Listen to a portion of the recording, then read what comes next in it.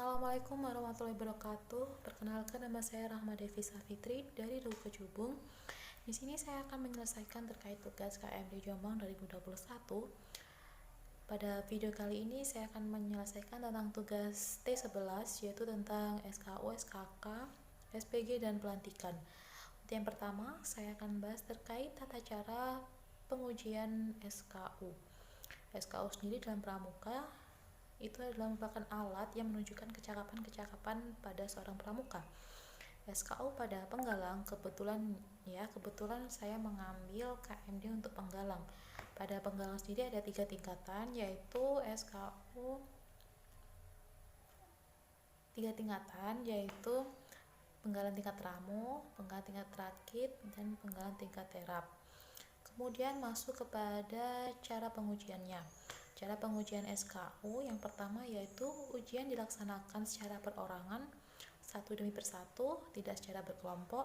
Namun jika terdapat mata ujian yang dilakukan secara berkelompok, misalnya seperti baris berbaris, maka penilaiannya tetap diambil individu, tapi tetap pelaksanaannya berkelompok.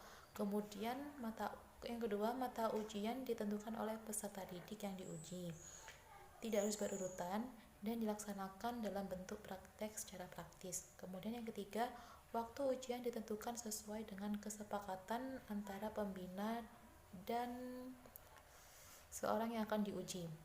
Lalu pengujinya hendaknya berusaha agar proses dalam pengujian SKU ini berjalan dengan menyenangkan, tidak membebani peserta didik.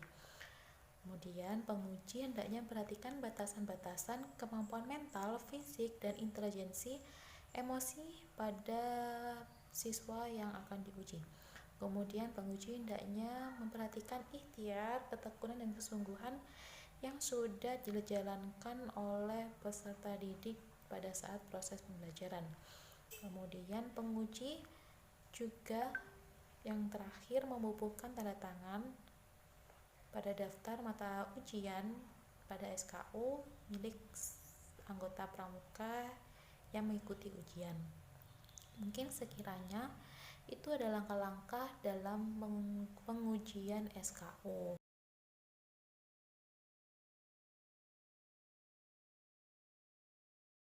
Mengenai pelantikan upacara jenjang penggalang dari rakit ke terap. Berhubung saya melakukan secara online dan juga anggotanya kurang memadai, jadi akan saya jelaskan bagaimana tata cara pelaksanaan pelantikan upacara jenjang penggalang dari rakit ke terap. Sebelumnya, saya akan sedikit membahas tentang apa itu upacara pelantikan. Upacara pelantikan merupakan serangkaian acara yang dilakukan dalam rangka memberikan pengakuan dan pengesahan terhadap seorang pramuka atas prestasi yang telah dicapai. Tujuan dari upacara pelantikan yaitu agar pramuka yang dilantik mendapat kesan yang mendalam dan membuka hatinya untuk menerima pengaruh pembinanya dalam upaya membentuk manusia yang kepribadian. Selanjutnya ke langkah-langkah proses pelantikan. Setelah menyelesaikan tugas dan kewajiban menyelesaikan SKU dengan baik, para pramuka perlu mendapatkan pengakuan dan pengesahan dari lingkungannya dengan melakukan upacara pelantikan. Apa saja yang perlu dipersiapkan dalam kegiatan pelantikan? Yang pertama itu ada persiapan mental tentunya, kemudian ada persiapan fisik, dan juga ada persiapan peralatan.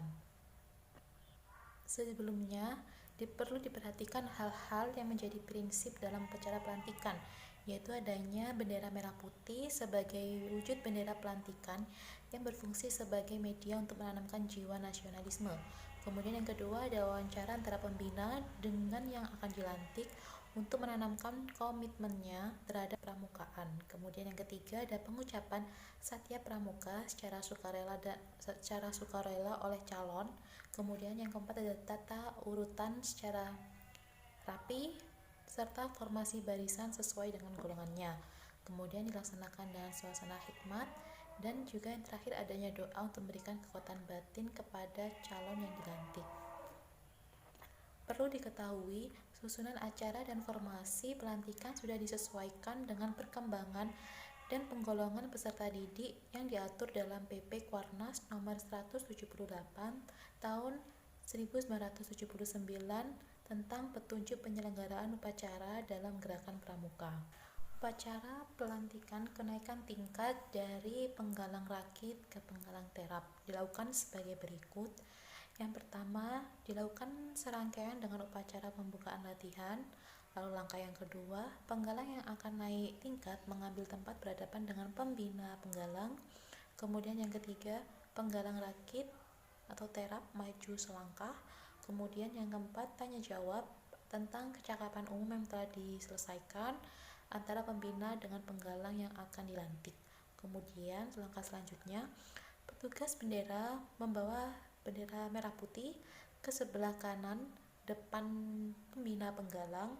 Waktu bendera merah putih memasuki tempat upacara, anggota pasukan memberikan hormat dipimpin oleh pratama atau petugas.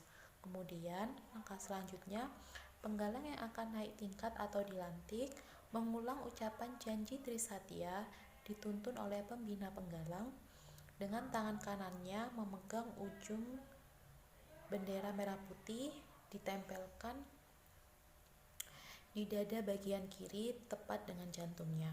Kemudian pada waktu ucapan janji, pasukan yang sudah dilantik memberi hormat secara spontanitas. Kemudian langkah selanjutnya, pelepasan tanda kecakapan umum lama dan penyempatan tanda kecakapan umum baru diiringi nasihat oleh pembina. Terus kemudian langkah selanjutnya, penghormatan pasukan kepada penggalang yang baru naik tingkat atau baru saja dilantik dipimpin oleh pratama atau petugas. Dilanjutkan pemberian selamat dari anggota pasukan, kemudian kembali ke tempat masing-masing termasuk penggalang yang naik tingkat atau yang telah dilantik tadi.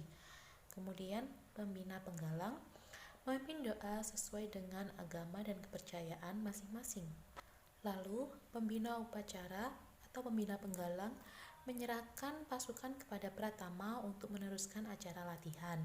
Kemudian pratama maju satu langkah lalu memimpin penghormatan pasukan kepada pembina pasukan upacara atau pembina penggalang tadi, kemudian membubarkan pasukan.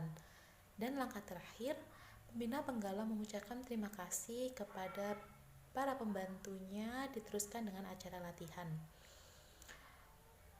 Sekiranya mungkin itu tata cara pelaksanaan upacara pelantikan dari penggalang rakit ke terap. Mohon maaf apabila saya tidak bisa mengimplementasikan dalam wujud upacara secara langsung karena kebetulan tidak ada fasilitas yang memadai. Mungkin itu saja yang dapat saya sampaikan. Terima kasih. Mohon maaf atas kekurangan baik dalam tutur kata maupun dalam saya mengucap. Terima kasih. Wassalamualaikum warahmatullahi wabarakatuh.